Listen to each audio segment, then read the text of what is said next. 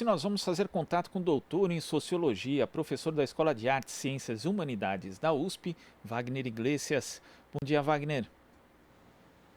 Bom dia, Glauco, tudo bem? Bom dia a todos que nos acompanham.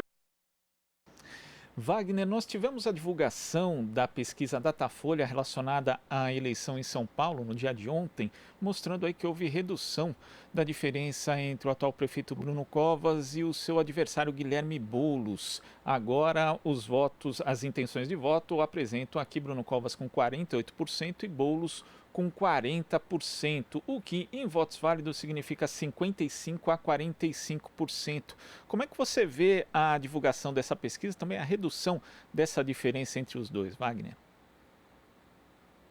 Em primeiro lugar, é importante dizer que essa pesquisa foi feito na segunda-feira, e pela velocidade da mudança de intenção de votos em alguns segmentos específicos da população, talvez as pesquisas que venham a ser publicadas hoje, amanhã, já demonstrem até um quadro um pouco diferente.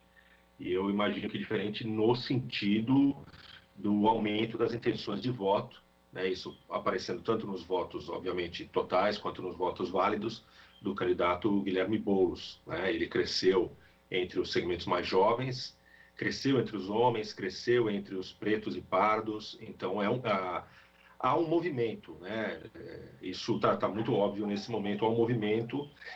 Até aqui, basicamente, pelo que mostrou o Datafolha, ele não tirou votos ainda de Bruno Covas, não sei se vai vir a tirar, mas uma boa parte dos brancos e nulos, as pessoas que pretendiam votar em branco e nulo, e haviam manifestado isso na pesquisa da semana passada, agora votam Boulos, né? Então, exatamente, ele cresce em cima das pessoas que não sabiam em quem votar ou que já estavam convictas de não votar em ninguém. Eu acho que isso demonstra o acerto da campanha dele, né? A comunicação da campanha está sendo muito bem feita para esse tipo para essa faixa do eleitorado que não tinha intenção de votar em nenhum dos dois candidatos nesse segundo turno. E esse crescimento justamente em cima dos votos brancos e nulos e também dos indecisos pode denotar um engajamento mais positivo, ou seja, mais baseado no sentido da esperança do que propriamente do medo ou da rejeição do adversário de Boulos, Wagner? Esse tem sido o mote da campanha dele, né? O voto com o sonho, o voto na esperança, o voto pensando no futuro.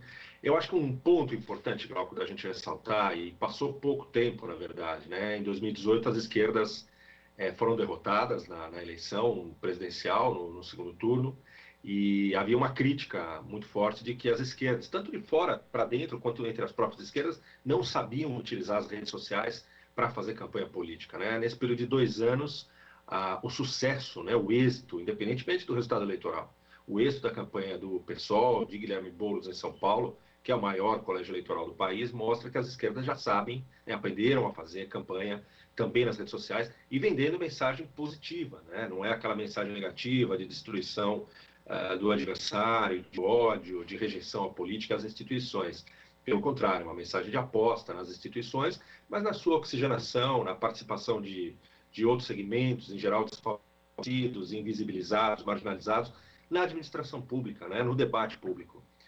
Então, eu acho que, independentemente do resultado, há um ganho muito forte para as esquerdas. Mas, de novo, o resultado não está fechado. Eu acho que cabe a gente avaliar as pesquisas que devem ser publicadas, acho que hoje à noite tem Ibope, se não me engano, hoje, amanhã, ver o debate da Rede Globo também, que deve ter um impacto pelo seu alcance, né, em termos de audiência. Eu acho que ainda tem jogo aí para o Guilherme Boulos e a eleição não está fechada, não está definida.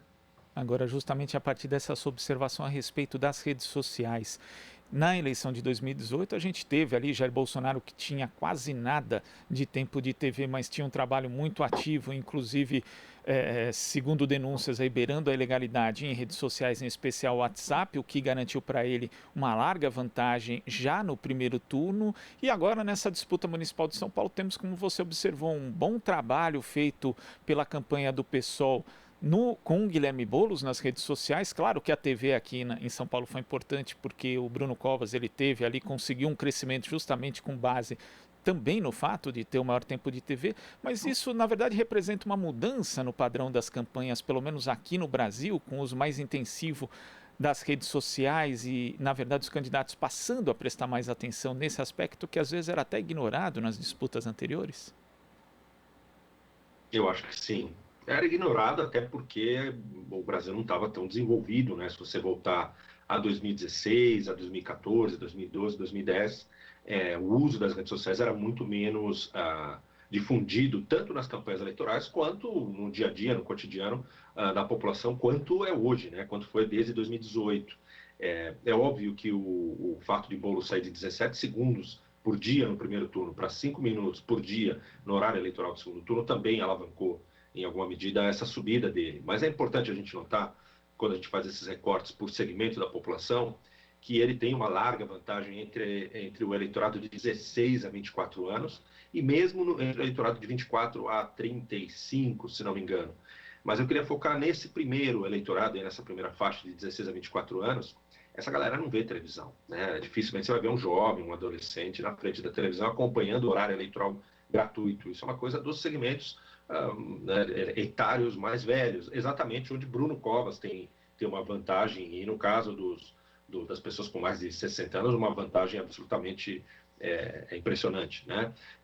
Eu acho que a campanha mesmo, os memes, os vídeos, a ida de Guilherme Boulos, alguns programas que são transmitidos via YouTube, isso não é de agora, isso já faz meses, ou talvez até anos, né? Ele vem se tornando conhecido da juventude paulistana há bastante tempo, né? Uma juventude que não apenas está ligada aos movimentos sociais, mas uma juventude de classe média alta, que passou a conhecer o Boulos pela internet, né? Então, de fato, eu acho que você ressalta bem, a campanha de Bolsonaro foi fortemente baseada no uso das redes sociais, mas muito fortemente no YouTube, embora muitos canais, no YouTube, desculpe, no WhatsApp, embora muitos canais de YouTube também eram bolsonaristas e tal. A campanha de Boulos não é o WhatsApp, né? A campanha de Boulos é basicamente as redes sociais aí tradicionais, né? O Facebook, o Instagram, o Twitter, etc.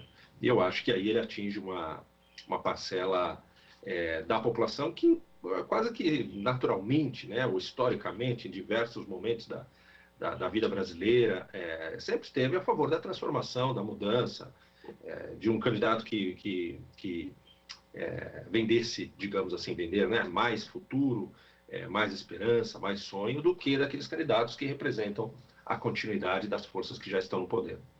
Agora, Wagner, essas eleições, depois do revés de 2018, não só na eleição presidencial, mas também nas eleições parlamentares e de governos do Estado, também um revés na eleição de 2016, mostra uma retomada de fôlego das esquerdas, em especial nos grandes centros, já que ela está na disputa em São Paulo. Também aí houve redução da diferença de Sebastião Melo para Manuela Dávila em Porto Alegre, Marília Reis na frente em Recife, disputa com chances também em cidades da região metropolitana de São Paulo, como Guarulhos e Diadema. A esquerda voltou a tomar fôlego, em especial nos grandes centros, Wagner? Eu acho que sim e não. Diria sim e não, porque a esquerda está no segundo turno em São Paulo, está no segundo turno em Porto Alegre, em Recife, não é? Em algumas cidades importantes, de porte médio, né? Mas são cidades importantes como Juiz de Fora, como Vitória da Conquista, etc. Né? Mas a esquerda ficou fora do segundo turno no Rio de Janeiro. Acho que ali é um caso bastante grave para as esquerdas, né? Inclusive de pensar o tipo de estratégia política para as ações de alianças já para o primeiro turno. Né? A esquerda foi derrotada em Belo Horizonte, foi derrotada em Curitiba, foi derrotada em Salvador, foi derrotada aqui no ABC Paulista, né? Nas três mais ricas cidades do ABC, São Bernardo, Santo André, berços do PT, e São Caetano, que nunca foi exatamente um berço da esquerda, mas enfim, foi derrotada aí. Agora está no segundo turno, Guarulhos, está no segundo turno em algumas cidades realmente importantes. Eu acho que ela tem vitórias e tem derrotas, né? Vai ter que se fazer um balanço. E aí acho que vai muito caso a caso, né? Você pega Belo Horizonte, por exemplo, o prefeito vem tendo uma gestão muito bem avaliada pela população há muito tempo, né? Não deu espaço, não só para a esquerda crescer, como para a própria oposição de direita à gestão dele, né? Então acho que a mesma coisa em Curitiba, por exemplo, então, ou Salvador, é preciso olhar caso a caso. Eu só queria falar uma coisa, Glauco, que eu acho que essa eleição de São Paulo, só voltando a ela, é uma eleição assim que há um bom tempo a gente não tem dois candidatos tão duros um para o outro, tão difíceis um para o outro.